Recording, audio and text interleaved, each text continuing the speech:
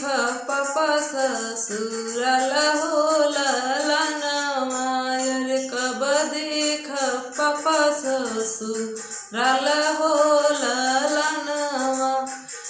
आगे देखा बेटा बारी रे बगीचा पछवा देखला ससुराला हो ललनवा रे पछवा देखला ससुराला हो ललनवा।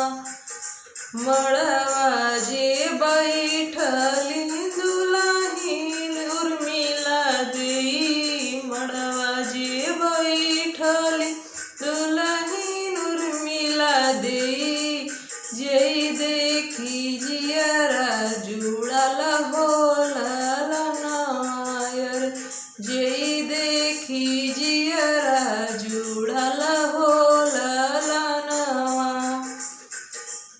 चाचा के गोदिया में बैठला छमड़ राजा चाचा के गोदिया में बैठला छमड़ राजा कब देखब चाचा ससुराला हो ललनवा रे कब देखब चाचा ससुराला हो ललनवा। आगे देखा बेटा हो बारी रे बगीचा आगे देखा बेटा हो बारी रे बगीचा अरे पछवा देखला ससुराला हो ललनवा रे पछवा देखला ससुराला हो ललनवा। जे बैठली दुलही उर्मिला देई मड़वा जे बैठली दुलही उर्मिला देई जई देखी जियरा जुड़ाला हो ललनवा अरे जई देखी जियरा जुड़ाला हो ललनवा।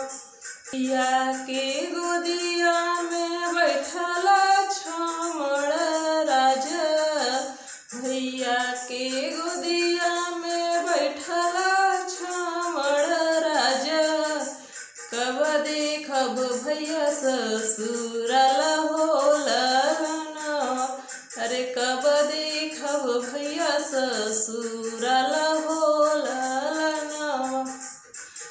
आगे देखा भैया हो बारी रे बगीचा आगे देखा भैया हो बारी रे बगीचा पछवा देखला ससुराला हो ललनवा अरे पछवा देखला ससुराला हो ललनवा।